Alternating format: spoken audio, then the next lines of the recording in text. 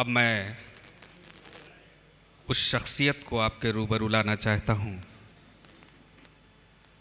جنہوں نے پڑوسی ملک نیپال میں ہندوستانی بھاشاؤں، بھارتیہ بھاشاؤں، خاص طور سے اردو اور ہندی، اور اس میں بالخصوص اردو کا بیڑا اٹھایا ہوا ہے۔ مجھے یاد ہے سن 1988 میں 1988 میں پہلا انڈو نیپال مشاعرہ انہوں نے کیا تھا، اور میری خوش قسمتی تھی کہ میں اس میں شریک تھا، اور چوٹی کے شاعر ہندوستان کے خمار بارہ بنکوی، ملک زادہ منظور احمد، ڈاکٹر نسیم نکہت اور جو چوٹی کے شعراء تھے وہ اس میں شامل ہوئے تھے، اور بہت کامیاب مشاعرہ تھا۔ آج بھی وہ بالخصوص اردو کے علم بردار ہیں پڑوسی ملک نیپال میں۔ آج ہم جس تعلق سے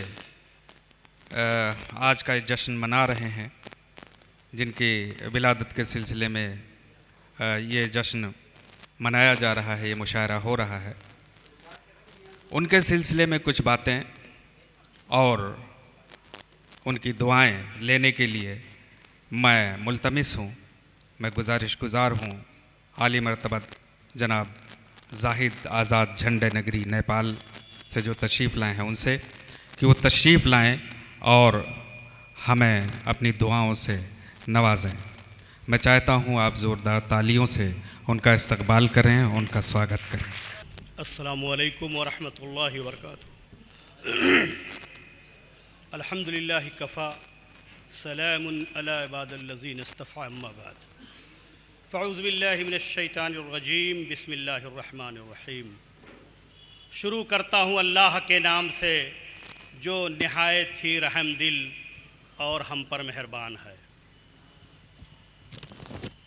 سب سے پہلے میں مشاعرہ کمیٹی کے تمام لوگوں کا شکریہ ادا کرتا ہوں، اور یہ سامعین جو سامنے ہمارے تشریف فرما ہیں، ادب نواز دوست چاہے کم ہی کیوں نہ ہوں، ان کی ایک حیثیت اور ایک اہمیت ہوتی ہے۔ بالکل محترم حضرات، مشاعرے اردو شاعری کی روایات کا حصہ ہیں، اس لیے شعرائے کرام جو یہاں تشریف فرما ہیں ان کو ہم اردو ادب کا عظیم حصہ کہتے ہیں۔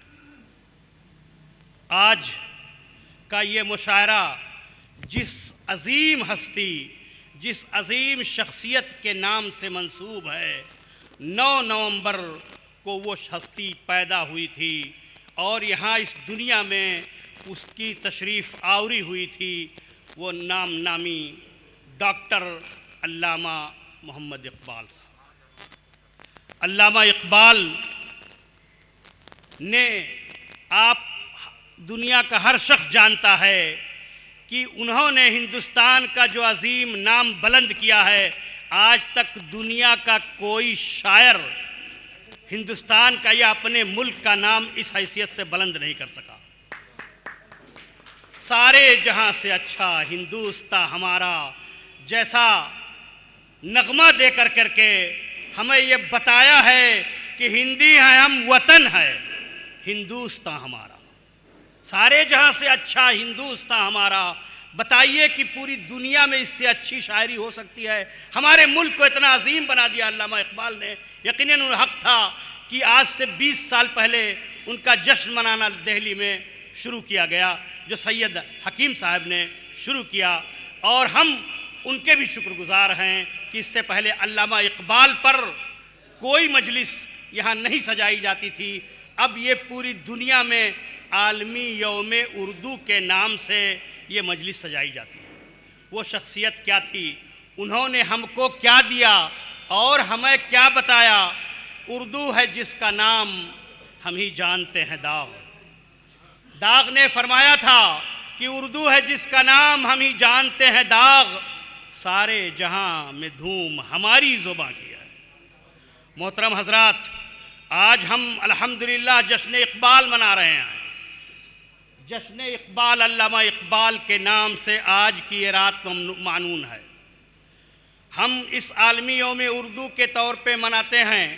ہم جس افراتفری کے نازک دور سے گزر رہے ہیں، ایسے وقت میں تعلیمات اقبال کی اہمیت اور فزوں ہو جاتی ہے۔